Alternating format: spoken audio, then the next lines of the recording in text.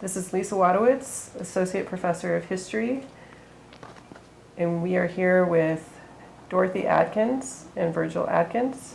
It's July 8th, 2019, and with me is... My name is Ruby Guyot, and I am a graduate of Linfield College, class of 2019. So we're here to do a oral history interview with Dorothy, also known as Dot, at her home in McMinnville, Oregon. So to get us started, Dot, could you just tell us a little bit about where you're from and where you grew up, a little bit about your background? My family moved west from North Dakota when I was 2, which was a while ago. I was the 7th kid, so I know there were 7 of us. But I think my little brother, one of my little brothers, was there too. So my folks moved us all the way from Grand Forks, North Dakota.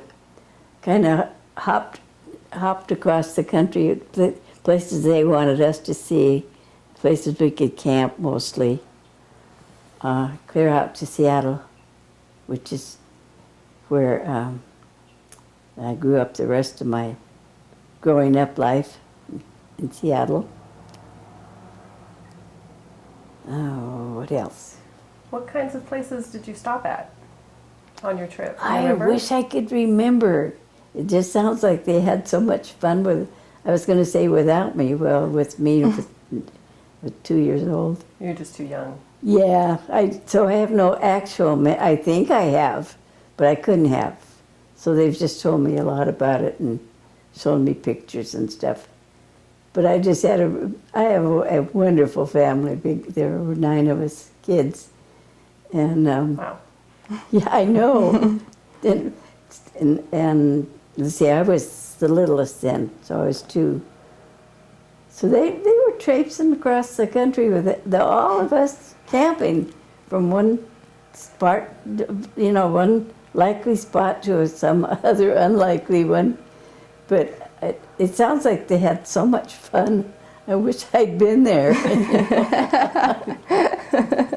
I have a great family. I'm the luckiest person. My maiden name was Buckingham, and there were 9 kids. 2 very busy parents. Absolutely. Yeah. Your folks moved the whole family to Seattle, and that's where you pretty much grew up? Yeah. I went to Lynnfield from there. What made you decide to go to college, and Lynnfield in particular? Well, I grew up in a family that were college oriented, and let's see. Well, Lynnfield was a Baptist school, and at that time I was in a Baptist family, and that is what leaned us toward Lynnfield. The choir came up every year to our church and sang, and so everybody knew Lynnfield kind of in Seattle. And here we got, and I have never regretted it 1 minute. It's been a great place to go to school, and I'm lucky to be back this close to it now. These last years here, so all's great. What year did you enter Lynnfield? What was your freshman year, and what was that like, being on campus? It was a lot different from what it became, because it was just getting into the war years. But what was the question, more precisely? What year did you first enter Lynnfield? Oh, 43? No. Yeah, graduated from Lincoln High in Seattle. And then the Seattle Baptist probably went to Lynnfield at some time. It was more strongly a Baptist school. And did you sing in the choir while you were at Linfield? I didn't. And And I was still remember how bad I felt because my sister had really left her clear through school at Linfield. She was in the choir, and I knew that I had just as good a voice as Mary did. And when we went for the tryouts, I had a cold, and I could hardly talk, let alone sing. And I never got in the choir. But I survived, and the choir is probably better off for it.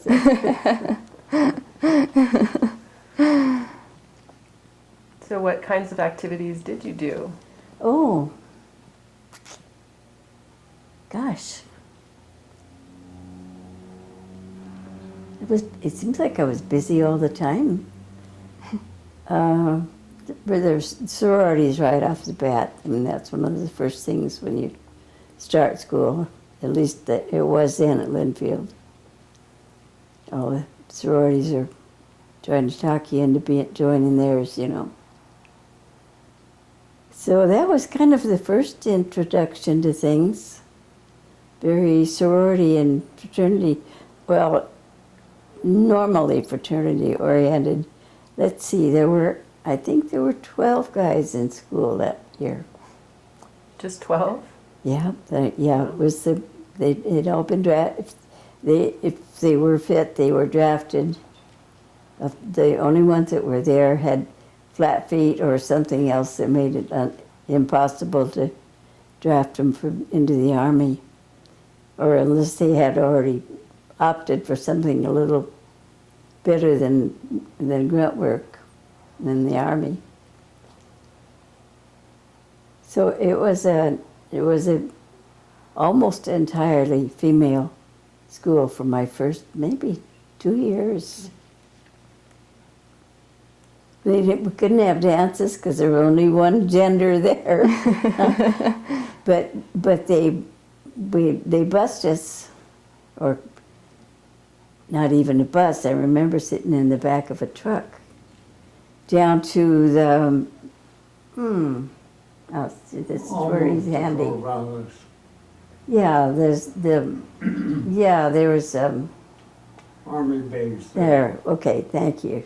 Down toward Corvallis, and they bust every weekend, every Saturday night. They bust a load of girls from the Linfield campus down where the guys were waiting for somebody to dance with. So we had dances every weekend, in spite of there being only 6 or 8 guys on campus, and they couldn't dance that I can remember. So things have changed. And wartime really changes things fast. Mm-hmm. All of a sudden there were no guys. Or very few. What was the mood like on campus during the war? Do you remember anybody talking about the war or anything like that? Oh yeah, we were real involved. I was, especially in other people that were working with me. What was it called? War activities. I was the war activities chair, and then chairman at that time. They didn't say chair. And after that was over, it was changed to the peace activities chair and chair. You know, so I was real involved through those years. And what kinds of All things? kinds of. A lot of it was seeing that our guys that were, most of whom were, you know, in the service by that time, got communicated with. I edited a little so-called what? I don't even what no. It was anyway. We called it we named it the Lynnfield Hello, and it was just a little weekly or monthly thing that I edited for. Like a newsletter? Yeah, newsletter going out and trying to get some of the GIs to write in, which was successful and got to publish theirs. And So it was it was a fun time for me.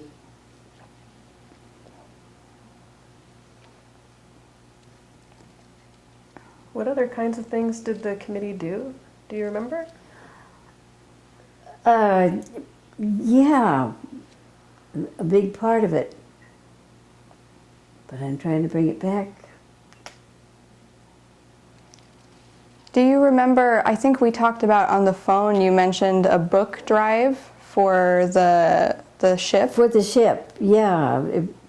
There was a boat that came in to be christened Linfield Victory because it was ended by that time, and we had so-called won the war. So it became automatically a victory ship, and that was named dubbed the Linfield Victory. And it was kind of a neat time because it coincided with the big what's the big May thing they do in McMinnville? The May Day parade, Yeah, thing? that whole thing, it tied in nicely with that. So we got to have, well, not only we got to be in the parade, but we got to have the important people like the governor and the more local important people at our gathering, our main gathering, to christen the boat. So that was a real neat experience. Yeah, that's really cool. Yeah, it was. It would be more fun if you weren't in charge of it, I can tell you that. But I'd rather have been just observing it.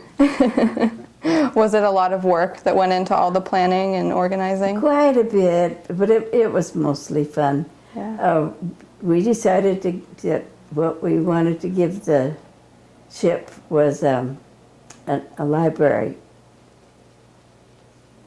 So we managed to collect, a lot of people just came and gave us their books that were appropriate for a boat, and we were able to get enough money given or stolen or borrowed or whatever to buy important books that we thought should be in their library, not just fun books. So what we actually gave them then was the library that was going to be on the Linfield Victory. No, that was a lot of fun doing that drive. I'm a book lover anyway, so it was a really fun experience. And there were a lot of generous people around, we discovered. Both lots of people gave us gifts and they gave us books, but a lot of people gave us money to buy new books too. So that was a fun deal. Win-win. How did you get your news on campus about the war and what was going on? Oh, same way everybody else was getting their news then, pretty much. Radio, videos. It was not, not at its current level, of course, but it was being covered pretty thoroughly, or it seemed so to us. So did it feel like you were constantly aware of the war and what was going on? Oh yeah, I think Really? so. Yeah, especially because it was almost totally women campus for that 2 or 3 years. Till the guys started coming back, and then they flooded back, on the GI Bill. They got to go to college free, which was little enough to pay them, I thought that GI Bill was a wonderful deal. I have no idea how many kids went through Lynnfield on that. Paid by the government. Mm-hmm. A little different government from our present one. to say the least. So what was that like when all the men returned to campus? Sort of confusing. All of a sudden they just swarmed in, and which was great. That's exactly what that GI Bill was for, and I think there ought to be such a thing for any wartime, but particularly where they were being, they were not necessarily there by choice. But they did get the reward in the end. If they wanted to go to college, it was paid for by the so-called GI Bill. Mm-hmm. So it was a good system. I wish they still had it. So did you then have dances on campus? Not on campus. At that time, you didn't dance on the Linfield campus. But kids' homes, the kid townies, we would gather, try to scoop up enough guys to dance with the gals. So it was mostly that kind of thing. No big formals or to speak of anyway during those years. Mm-hmm. What do you remember about the housing during your time at Lynnfield? Do you remember after the men returning, the housing being a little bit short? They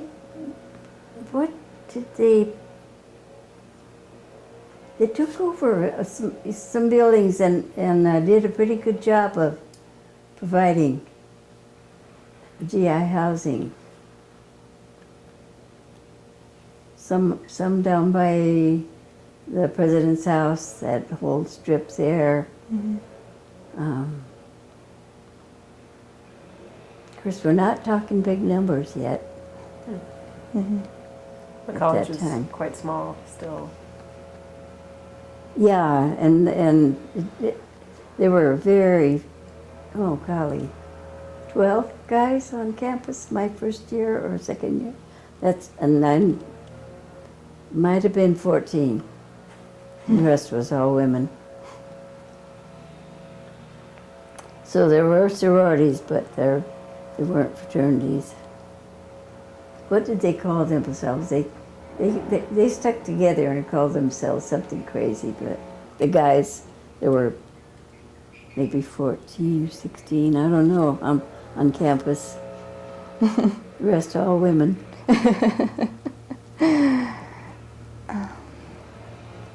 What did you study while you were at Lynnfield? I was a biology major. Oh, okay. Why did you choose to study biology? That's just what I had loved my whole adult life and most of my young life too. We had a summer cabin up on Puget Sound, and so we were out fishing or collecting stuff at low tide. And luckily, it was just a strip of cabins, but 4 or I think maybe even 5 of them were teachers. So it was just a natural. Every low tide, there were teachers eager to take kids down and turn over the rocks and see all the good stuff. Mm-hmm. I loved that. I was a biologist from the day I was born, I think. Do you remember any specific classes or professors from your Lynnfield time? Yeah, my main prof actually left Lynnfield shortly after I did. He moved to another college. His name was McNabb, and he was just outstanding. Can't even think what classes. Well, actually, my major being biology, and he taught that at that time one prof could pretty well cover the field. For it was a lot different during the war.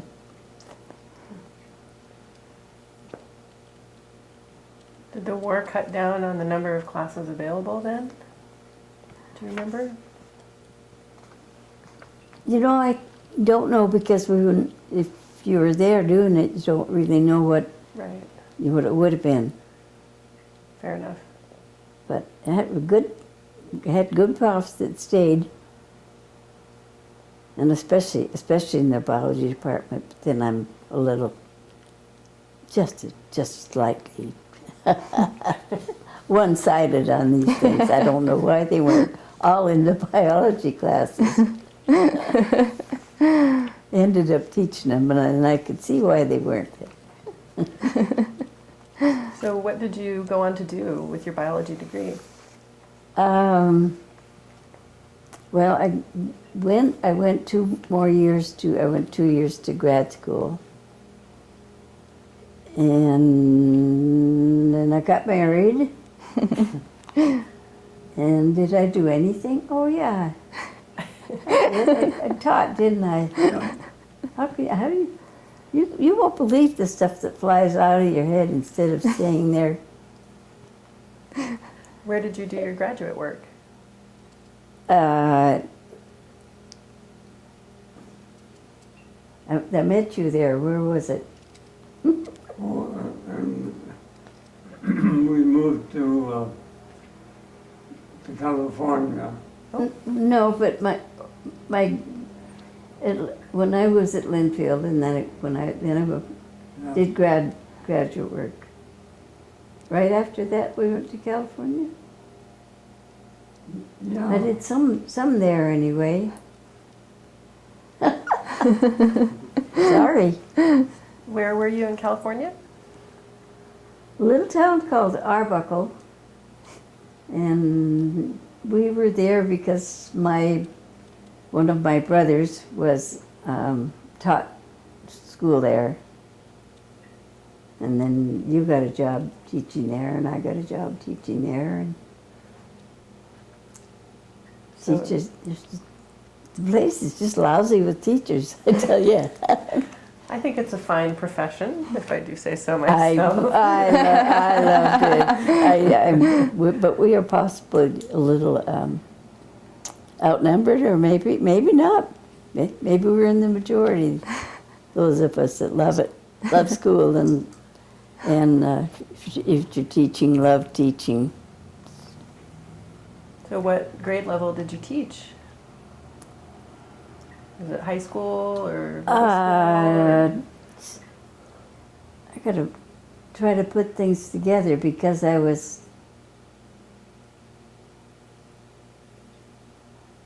Okay, I was teaching biology at Lynnfield, but I certainly didn't start out. I guess I was just an assistant in the biology department, and then that's where I taught mostly after that. Biology or zoology, both. At Linfield? Mm-hmm. Oh, In Washington State. Actually, I wasn't at Linfield that long. oh, okay. Met you at Washington State, didn't I? Right. Oh, so that's where you did your graduate work, Yeah. and then you met. And the Washington University of State. Washington.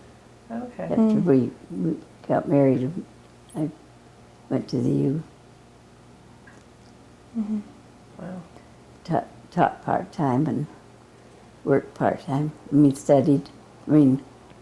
Pretended to study or whatever you do. Can I ask you, did you work while you were at Linfield at all? Did you have any on or off campus jobs? Yeah, I always was a waitress. Oh. And it was the Commons at that time was, there were 6 people to a table, and they went in and sat down, and they were served by the wait staff.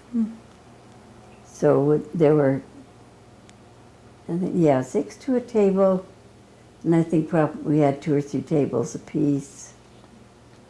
And the food was being served in the kitchen and just on plates. So you picked up your plates, and it was 6 to a table, and you had to pick up the whole 6 at a time. And I can't remember how you do it even anymore. but Like we did it. 3 on each arm. No, it was 4-2, I think.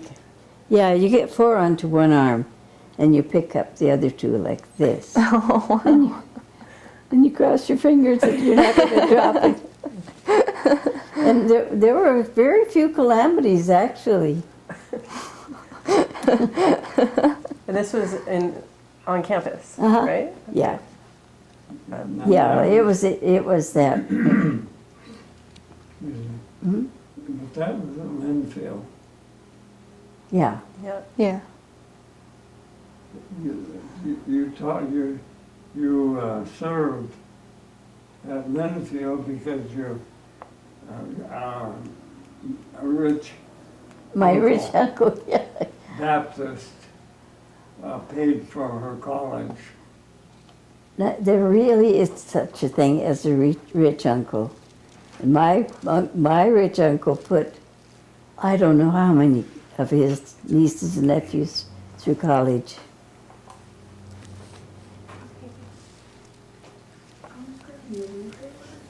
Where we were talking about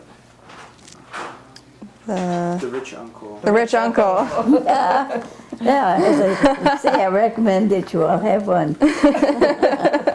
But he literally was that, and he put, I don't know how many kids, because he had a lot of nieces and nephews.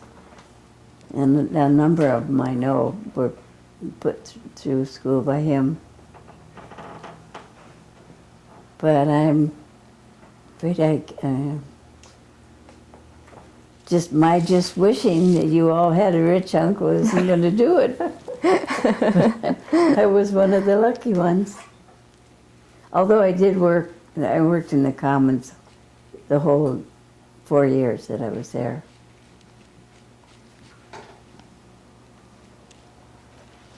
So the rich uncle didn't He was alleviate. that paid a little bit of my way, not much. Still, that's very generous. Wasn't it? He was. Very. Because he had a lot besides me. My dad was one of 11 kids, and my mom was one of 5, so he had a lot of kids to put through school. Yeah. So, did you have any friends or relatives that played a role in the military or in the war? Yeah, I have 2 brothers. One was a Navy chaplain. The other was an Army bomber. Pilot. Interesting, yeah, bomber pilot. Interesting contrast between that and, isn't it? In one family.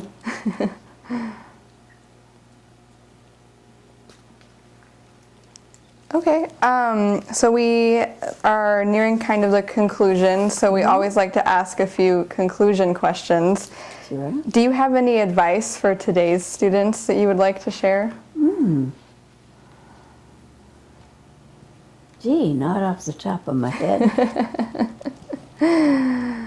That's okay. Yeah, enjoy your college days and years because you're going to be living with them for a long time. And so you make things that are going to be happy memories. Yeah. Honey, did you mention about your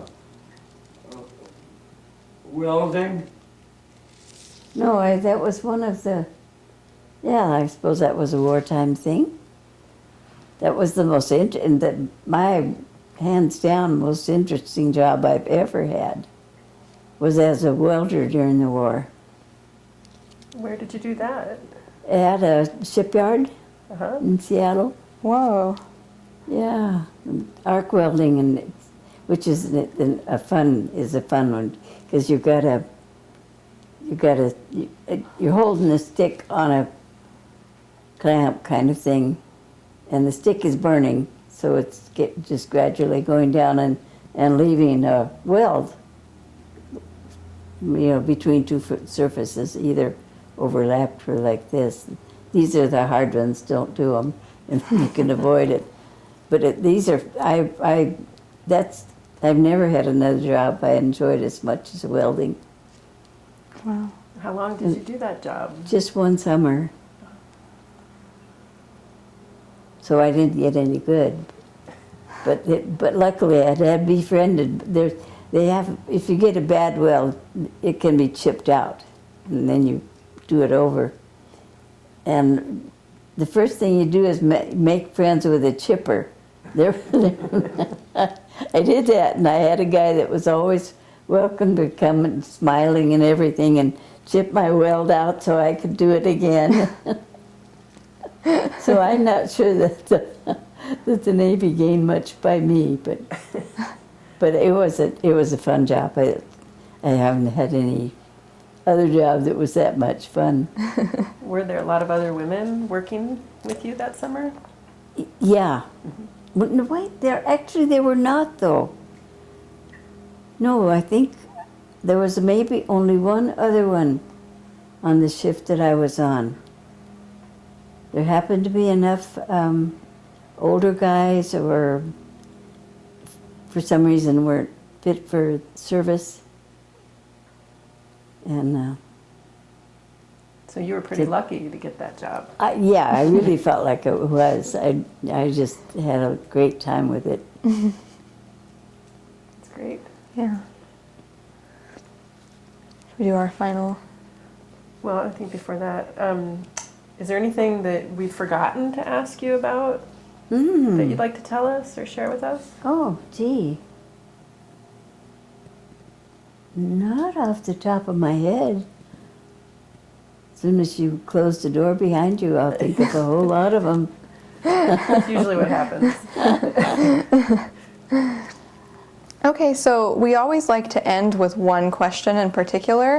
So we always ask, what immediately comes to your mind when you hear the word Lynnfield? Oh. The steps going up to, oh, I know why too, because the mailboxes were at the top of the steps, the old building. Pioneer Hall? Yeah. The outside So- front steps? Or the inside steps? The outside steps. The outside steps. Yeah. That's where you went to get your mail every day. Oh, That's interesting. Mm-hmm. I didn't know that. Mailboxes were up on the first floor there. so you just remember going up them every day to check your mail? Yep. That's pretty funny. That's so interesting because that's the history department now. That's It where is, isn't it? That's where her office is. That's right. I did know that too. And it used to be an old theater. Yeah. Yes.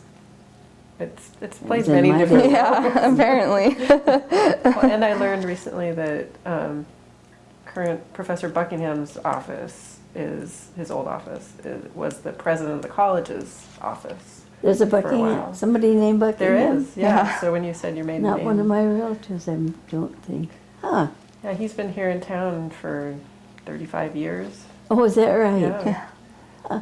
He's taught at Linfield for 35 35 years, years, I think. yeah. He just retired, so he's here in Mac. If you were relatives, you probably would have. Yeah, found each other. I'm sure. Yeah, there are a lot of Buckinghams. out there. Yeah. Okay. Okay, well, great. Thank you so much. Oh, I'm sorry. Thanks for I'm sharing just your not time. able Yeah. to think more clearly, but No, that was great. Yeah, really lovely stories. So we appreciate your sharing them with us. Yeah. Thank you. Thank you both. It was so nice. I still recommend Lynnfield to kids. Well, then we'll Nice. put an extra $10 in our. There we go. Yeah, Okay. it's a great. I think it's a great school. I like the directions it's gone, and Us too. get Yeah. some good profs. We do. Good answer. Yep.